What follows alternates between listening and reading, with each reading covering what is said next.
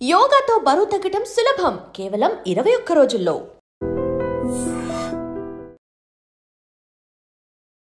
ఒక వ్యక్తి rash driving కారణంగా 3 కుటుంబాల్లో విషాదం అలుముకుంది. విజయనగరం జిల్లాలో ఉన్న జామి మండలం అలమండ పరిసర ప్రాంతాల్లో అయిన యాక్సిడెంట్ కారణంగా 3 కుటుంబాల్లో కూడా పెద్ద దిక్కులు కోల్పోయినట్టు అయిపోయింది. సో ముగ్గురిది ఒక్కొక్కరిది ఒక్కో బాధ. కోట మండలానికి చెందిన సూర్యప్రకాష్, అలాగే సురేష్, అదేవిధంగా సాగర్, వీళ్ళంతా కూడా బండి అంటే వాళ్ళకి సంబంధం లేకపోయినా ర్యాష్ డ్రైవింగ్ కారణంగా ఒక కార్ ని గుద్దుకొని మృత్యువాత పడిన ఘటన తీవ్ర కలకలం రేపింది. సో కుటుంబ సభ్యులు కన్నీరు మున్నీరుగా విలిపిస్తున్న పరిస్థితి. ఒక ర్యాష్ డ్రైవింగ్ చేసిన వ్యక్తి ఎవరైతే ఉన్నారో ఆయన ప్రాణాలతో బయటపడ్డాడు, కానీ ఈ 3 కుటుంబాలు అయితే మాత్రం విషాదం నెలకొందని చెప్పుకోవాలి.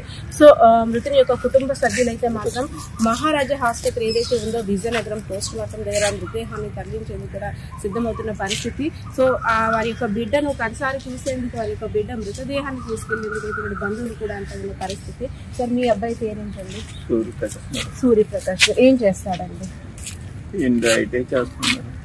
అసలు నేను ఎన్ని గంటలకు బయటకు వచ్చాడు, ఏమైంది, అసలు ఈ విషయం ఎలా తెలిసింది? ఈవినింగ్ మేడం, అప్పుడు వరకు సాయంకాలం వరకు ఇంటి దగ్గర ఉన్నాడు మేడం. నేను సండే కదా ఇంటి దగ్గర ఉన్నాడు. గేదెలు చూసుకొని న్యూడిల్స్ తింటాను డాడీ అని చెప్పేసి అలమండి వెళ్ళాడు మేడం. ఆ అబ్బాయి 7 ఫ్రెండ్స్ అండి, ఇద్దరు సరదాగా సురేష్ అబ్బాయి 2 ఫ్రెండ్స్ అండి, సరదాగా వెళ్తారండి ఇద్దరు కూడా. ఏ న్యూడిల్స్ పానీపూరి తినడానికి వెళ్తారు. సరే కదండి, నేను పెద్ద పట్టించుకోలేదు మేడం. నేను నాకు సెలవు ఇంటి దగ్గరే ఉన్నాను. ఇప్పటివరకు పశువులు చూసుకొని అప్పుడే వెళ్ళాడు మేడం సాయంకాలం 6 గంటలకి.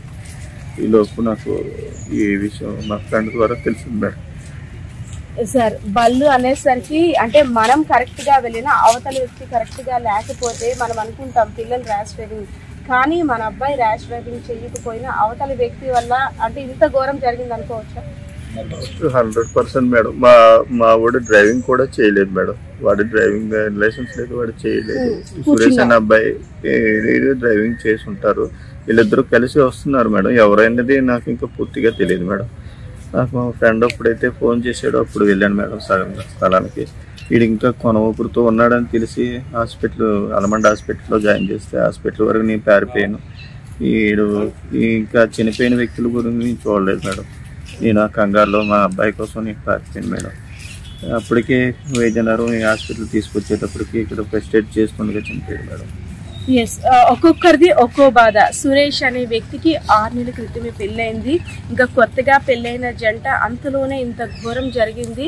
కొడుకు వస్తాడు, తన భర్త వస్తాడని ఆశగా ఎదురు చూస్తున్న ఆ భార్యకి ఈ సంఘటన తెలిసిన తర్వాత ఒక్కసారిగా దిగ్భ్రాంతికి గురైన పరిస్థితి. సార్ సురేష్ అనే వ్యక్తి ఏమవుతానండి? అన్నయ్య ఏం చేస్తుంటాడు? అదేవిధంగా సూర్యప్రకాష్ ఇద్దరు వెళ్ళారు కదా, ఇద్దరు వెళ్ళినాక సురేష్ డ్రైవింగ్ చేశారు. డ్రైవింగ్ చేసినాక ఎక్కడ ఈ యాక్సిడెంట్ అనేది జరిగింది? సురేష్ వాళ్ళ మిస్సెస్ ఏం చేస్తారు? చందులు. ఎన్నాళ్ళు అయిందండి? ఆ బండి కొట్టిన తర్వాత ఈ స్కూటీ కూడా ఈ బండి సెకండ్ బండి. ఇది ఫస్ట్ మృతి చెందిన వ్యక్తి, ఆయన కూడా చనిపోయారు.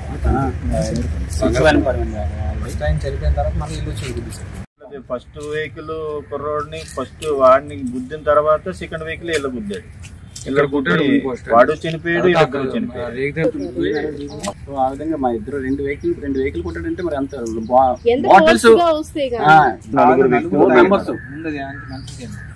డ్రైవింగ్ చేసిన వాళ్ళు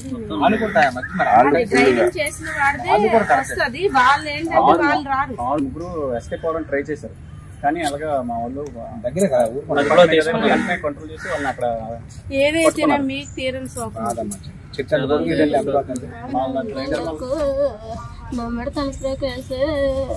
నువ్వు వెళ్ళిపోనావా నిన్నయ్యలకు నా కళలో నువ్వు తిరిగినావమ్మా, నా బంగారు కొండ, నా నాయన నా చిన్న తండ్రి, నాయమ్మ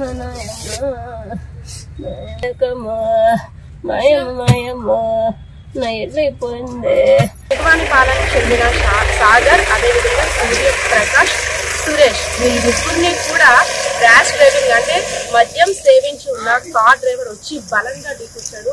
ఇద్దరైతే మాత్రం అక్కడికక్కడే మృత్యువాత పడ్డారు. ఇంకో వ్యక్తి కొరబూతుతో ఉన్న తర్వాత హాస్పిటల్కి తరలించిన తర్వాత ప్రాణాలు కూడా విడిచిన పరిస్థితి.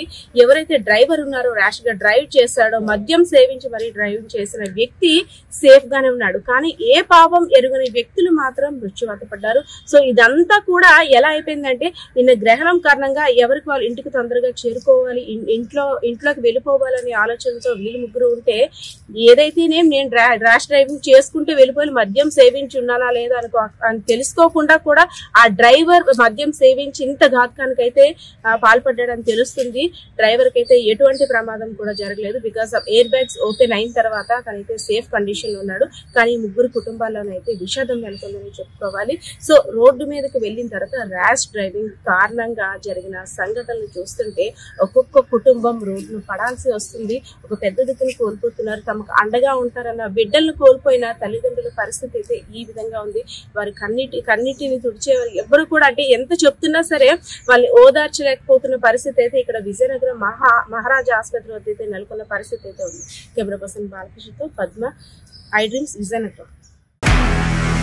నిజంగా ప్రస్తుతం ఉన్నటువంటి సమాజం దేనికి ప్రయారిటీ ఇస్తుంది?